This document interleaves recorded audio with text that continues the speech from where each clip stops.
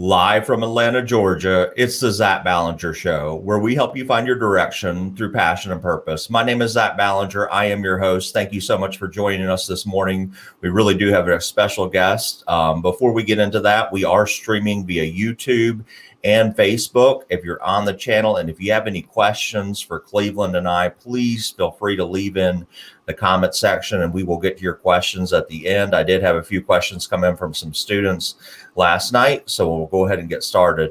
Cleveland, thank you so much for joining the show today. Thanks for having me.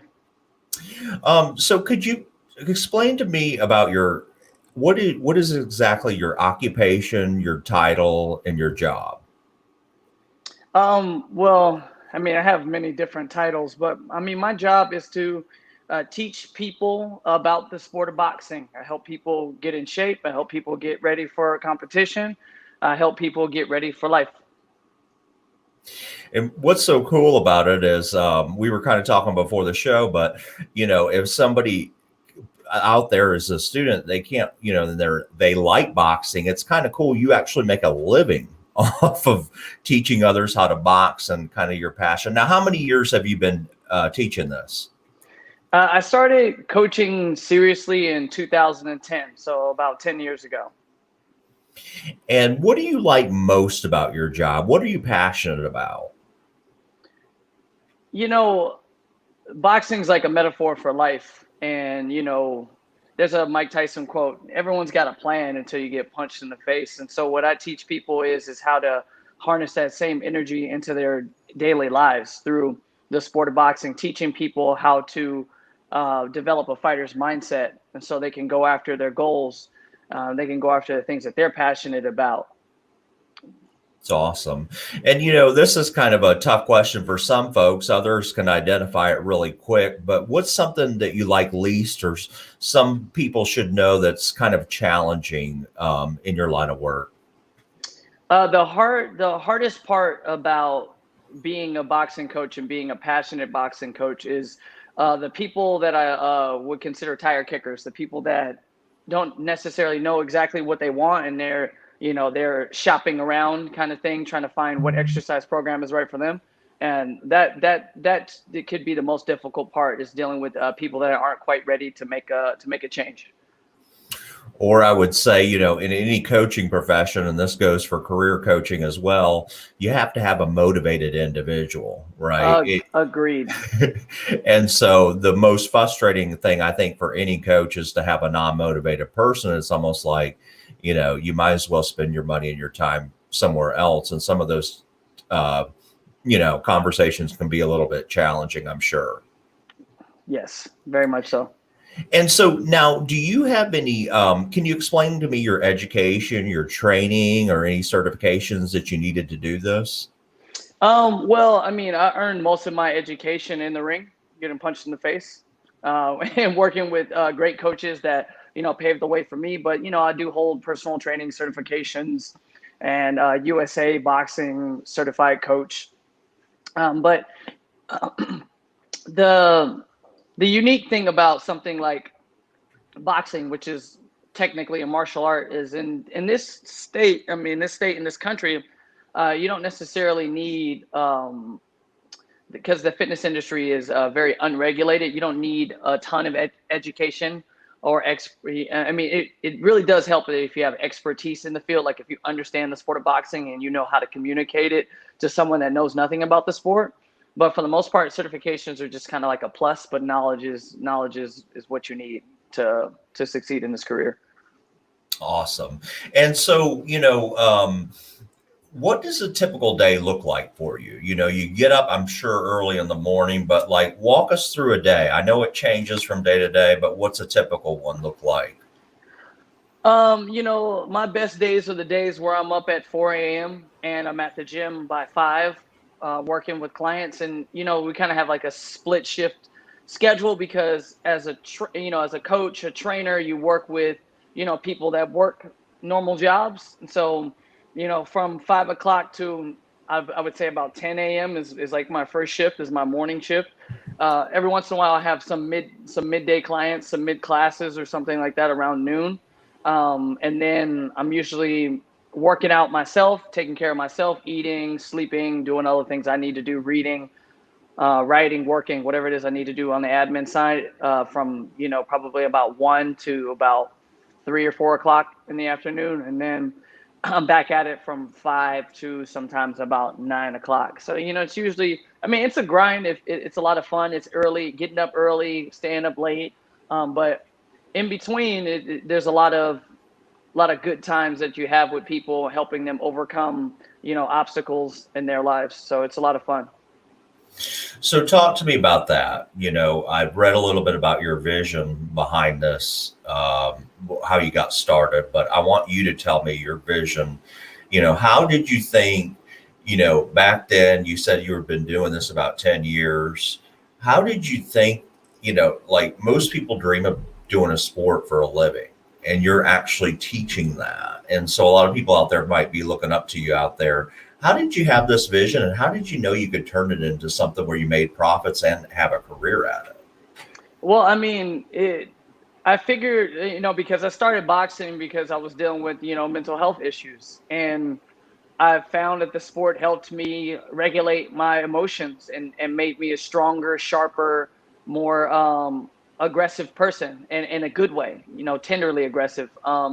And I knew that if I needed it, then somebody else would probably need it just as well. And I was right. All the people that come to me are people that for the most part, people don't come to a boxing gym because they want to lose weight. They usually come because they're fighting some sort of something mentally going on, like a divorce, or, something emotional that they need to get their stress out. And and that's why I've been so successful, because I'm just providing something that is so needed for people's mental well-being. Yeah, in October, we have in the United States, it was a couple of weeks ago, we have the Mental Health Awareness Week.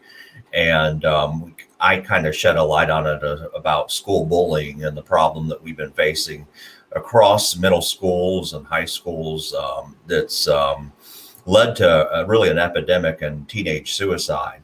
And I'm so glad that you're able to share that, because I think as men, it's hard in our society to admit you have a mental health issue, whether it's anxiety, depression, whatever it is. I think we have to be able to talk about that a little bit more openly and make that less of a stigma. And you're kind of doing that through your story. I follow your social media, and, you're really open about that. Talk to me about what happened with you, that, why you decided to get in the ring, if you don't mind. Well, yeah, it was something that made me feel strong. And I didn't feel strong before I was, going to the boxing gym. I was seeing a therapist because I knew something was wrong.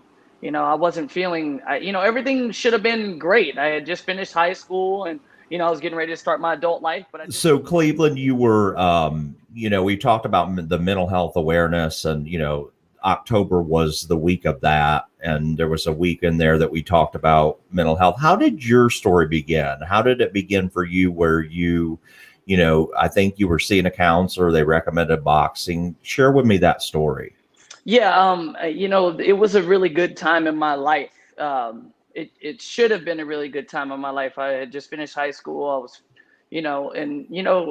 as a young man in America getting ready to start his life. And I should have been excited, and I should have been feeling good, and I should have been going after my dreams and all those good things. But I didn't feel good. I felt depressed. I felt down. I didn't feel like doing anything. I felt like there was no purpose to life. So when I started feeling that way, I knew something was wrong. So I started going to therapy. And that's when I got the suggestion to, try sports. And the therapist noticed that I really liked sports. But, I was kind of a smaller guy, so I wasn't going to play, professional basketball or football. But boxing was an option for me. So I went and I tried that. And, that experience of, boxing really taught me so many life lessons that I needed to learn in order to be prepared, for the next stages of my life. And I just wanted to share that with other people. That's awesome. Now, did you know back then what you wanted to do for a career? So, you were seeing the counselor, you just graduated high school. Had you kind of found out what career you wanted to go down or you wanted to be? Well, I thought I would be a professional athlete. But that dream for a lot of people, doesn't come true for everybody. Yeah, I thought I would be a professional athlete, but I I like being a professional coach more than I probably would have liked being a professional athlete. You know what's so cool about that story is I always tell my story. I was 14 years old. I was 200 pounds, about 200 pounds right now. So I was all fat. Mhm. And my dream at 14 was to guard Shaquille O'Neal in the paint. And so, obviously that wasn't going to happen. But what I tell people is, sometimes in life we have hobbies that we enjoy. We don't have those innate talents and abilities. And basketball wasn't my innate talent or ability. But what I was able to do is use that as a hobby to exercise. And so, it may not be your purpose and your passion for your career, but you can use other things that you've learned through those activities. And what's so cool about what you did is you actually taken sports, even though, you said it yourself, you weren't really maybe gifted those skills, but you adapted them into a career almost along the same lines. And you really enjoy the boxing aspect and teaching others what it is. So, there is hope for people out there, but I get questions like that all the time. I want to be an NBA player. I want to be a rapper. I want to be a musician, but we all know that, that very few people make it in those leagues statistically, not just to be negative, but very few people make it to that next level. So I love your story. Now, when you were a kid, did you have the same dream?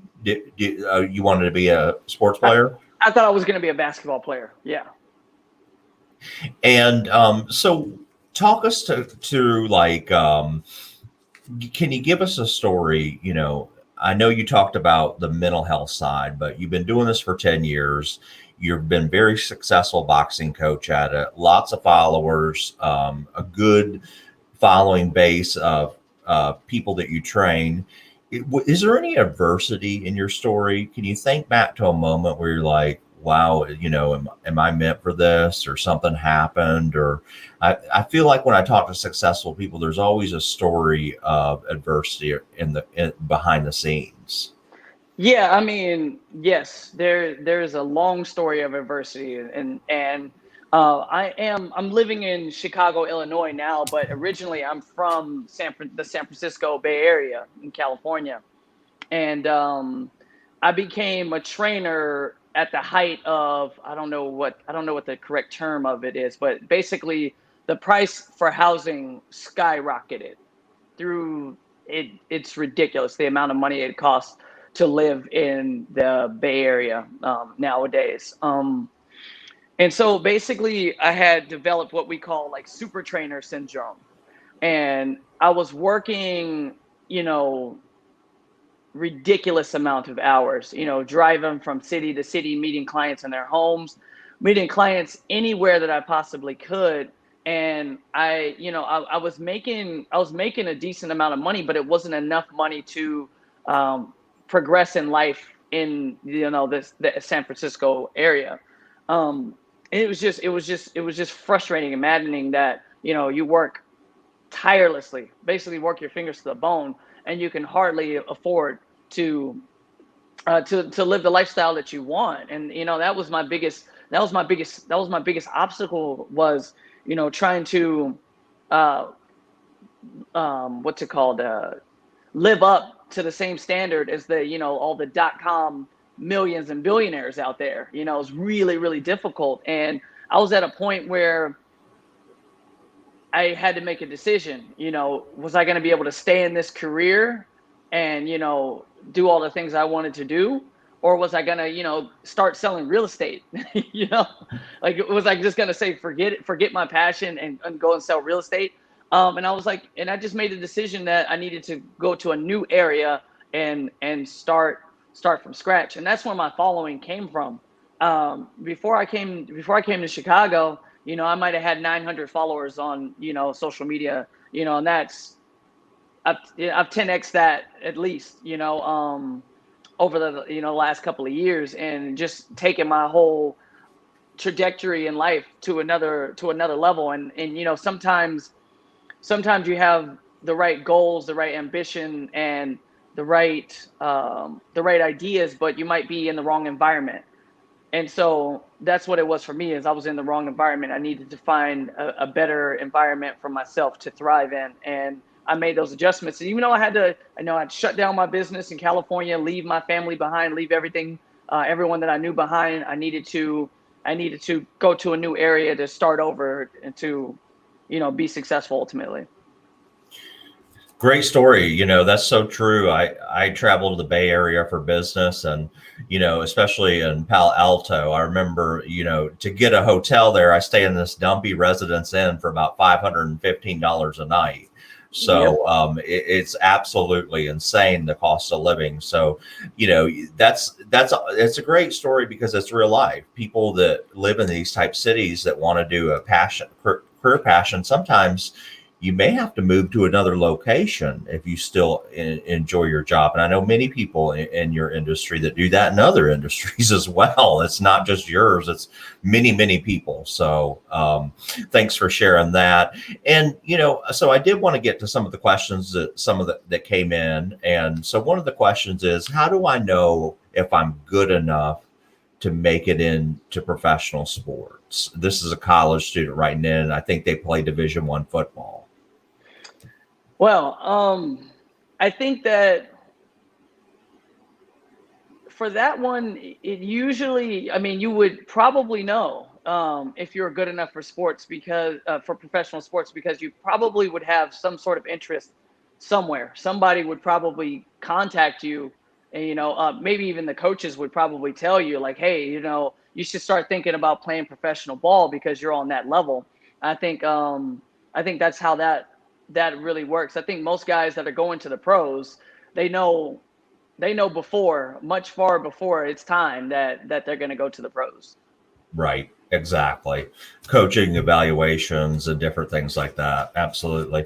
And then another student writes in and says, how do I begin? What's the best way to begin boxing? So, like join a class, or I think that's what they're meaning, like start a class, go with a trainer. Any suggestions? I say find a coach. Find a coach, and find a coach that's always learning. I think that's the best way to go about it. You find yourself a boxing coach that behaves like they don't know everything, and they're always learning new stuff, and always bringing new things and new challenges to your training. And that's how you're going to know that you're with a good coach. And did you, when you were getting your experience, did you box in some of the independent leagues before you started the coaching? Is that yes. A lot of your experience in boxing comes in the gym, and I got a lot of great experience sparring with, high level amateurs, guys that won, national titles. And I got a lot of good experience in the gym, and I have less experience in competition than I do just being in the gym, but I've done some competition and such. But, the competition side isn't for everybody, because getting punched in the face, sucks. And it even sucks even worse when you're getting punched in the face by someone that's training every day to punch someone in the face, but that's basically how I got started, my experience in the gym. Awesome. And then, so let's say, I have listeners all around the country. Who knows, they may be in Illinois. Where can they find you? Do you have any social media links you want to share, or let's say they're even interested in maybe a session? How do they go about doing that? Just you could either go to my website or go follow me on Instagram and send me a direct message. It's my Instagram handle is clevelandh.fitness. It'd be really easy to find me. And then if you want to learn more about like my program, or you want to get in a session with me, go to www.healingmitts.org. go ahead, send me a line through my website. And we'll link to all that after we get the video out for the users. So we'll definitely link to you. And the last question I have, during COVID and 19, is there any virtual sessions that you offer or anything like that? Yes, I am offering virtual sessions. If you guys want to learn more about that, you can go over the website or send me a DM. I will take you virtually. I can teach you pretty well, especially if you have some sort of equipment on over where you at. But if you have no equipment, I can still train you as well. Okay, that's awesome.